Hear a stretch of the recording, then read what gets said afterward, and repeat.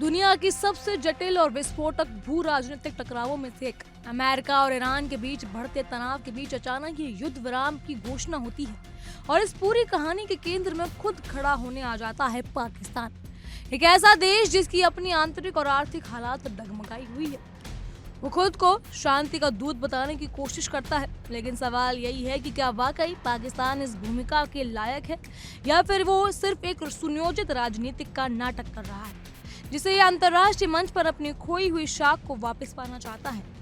Iran के विदेश मंत्री सैयद अब्बास अराघची ने जब इस युद्ध विराम की पुष्टि करते हुए पाकिस्तान के प्रधानमंत्री शहबाज शरीफ और फील्ड मार्शल आसिम मुनीर का आभार जताया तो ये एक बड़ा संकेत था कि कैसे पूरे घटनाक्रम में पाकिस्तान खुद को कितना अहम दिखाने की कोशिश कर रहा है। वहीं अमेरिका के राष्ट्रपति डोनाल्ड ट्रंप द्वारा इस संदेश को साझा करना कि पाकिस्तान के दावों को एक तरह से मान्यता देने जैसा था, लेकिन ये वास्तव में पाकिस्तान की कूटनीतिक सफलता है या फिर महज परिस्थितियों का फायदा उठाने की कोशिश।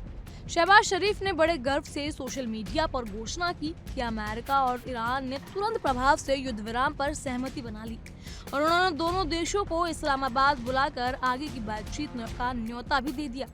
ये बयान जितना आत्मविश्वास से भरा था उतना ही विवादास्पद भी था, क्योंकि इससे पहले उनका एक ड्राफ्ट पोस्ट सामने आया जिसने सवाल खड़े कर दिए कि क्या पाकिस्तान खुद निर्णय ले रहा है या फिर किसी और के इशारों पर स्क्रिप्ट पढ़ रहा है।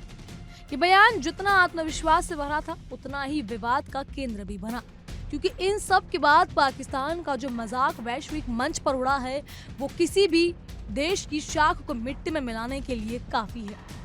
अमेरिकी मीडिया रिपोर्ट्स के मुताबिक इस पूरे घटनाक्रम में अमेरिका की उपराष्ट्रपति जेडी वेंस, ईरान के विदेश मंत्री अराघची और पाकिस्तान के फील्ड मार्शल आसिम मुनीर के बीच लगातार बातचीत चल रही थी। पाकिस्तान ने खुद को एक मध्यस्थी के रूप में पेश करते हुए अमेरिका के प्रस्ताव ईरान तक पहुंचाए और ईरान के जवाब वापस अमेरिका तक। लेकिन यहाँ भी सवाल उठता है कि क्या पाकिस्तान वास्तव में एक निष्पक्ष मध्यस्थता या फिर अपने स्वार्थों के लिए एक भूमिका निभा रहा है।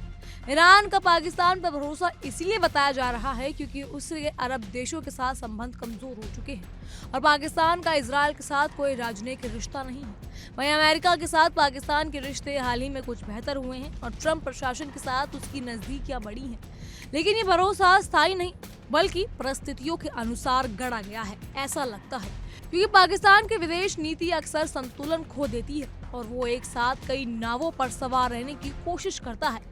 असलियत यही है कि पाकिस्तान की सक्रियता के पीछे उसके अपने हित छिपे हैं।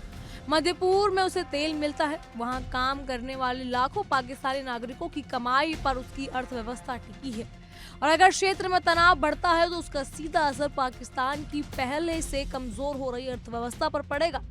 ईरान द्वारा हॉर्मुज जलसंधि को बंद करने की आशंका ने तेल की कीमतें बढ़ा दी हैं, जिससे पाकिस्तान पर आर्थिक दबाव और बढ़ गया है। ऐसे में युद्ध विराम पाकिस्तान के लिए मजबूती भी था और न ही कोई महान कूटनीतिक उपलब्धि। इसके अलावा ईरान में हुए हमलों को और वहां के नेतृत्व के खिलाफ कार्रवाई के बाद पाकिस्तान के भीतर भी भारी विरोध प्रदर्शन हुए, जिससे उसकी आंतरिक स्थिति और अस्थिर हो गई।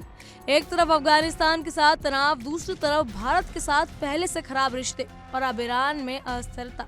इन सब के बीच पाकिस्तान खुद को बचाने के लिए युद्ध विराम के लिए आगे बढ़ रहा है। सबसे बड़ी बात यह है कि पाकिस्तान के पास इस युद्ध विराम को लागू करवाने की कोई वास्तविक शक्ति है ही नहीं। अगर समझौता टूटता है तो उसकी जिम्मेदारी भी उसी पर आ सकती है और तब पाकिस्तान के पास कोई स्पष्ट रास्ता नहीं होगा। अगर वो अमेरिका का साथ देता है तो देश के भीतर विरोध बढ़ेगा और अगर ईरान के करीब जाता है तो कंगाली के और करीब बढ़ेगा। इस पूरे घटनाक्रम में पाकिस्तान ने खुद को एक बड़े खिलाड़ी के रूप में पेश करने की कोशिश जरूर की है, लेकिन हकीकत यही है कि एक कमजोर और दबाव में लिया गया कदम जो ज्यादा दिन टिकने वाला नहीं है, ये दिखाता है। अगर ये युद्ध विराम विफल होता है तो पाकिस्तान की शाख मिट्टी में मिल जाएगी और दुनिया के सामने आएगा एक बार फिर वही चेहरा जिसने दो महाशक्तियों के बीच मध्यस्थता करवाई थी। बहरहाल इन सब पर आपकी क्या राय है हमें कमेंट सेक्शन के जरिए जरूर बताइएगा। फिलहाल के लिए इतना ही। तमाम खबरों के लिए बने रहिए इंडिया डेली के साथ।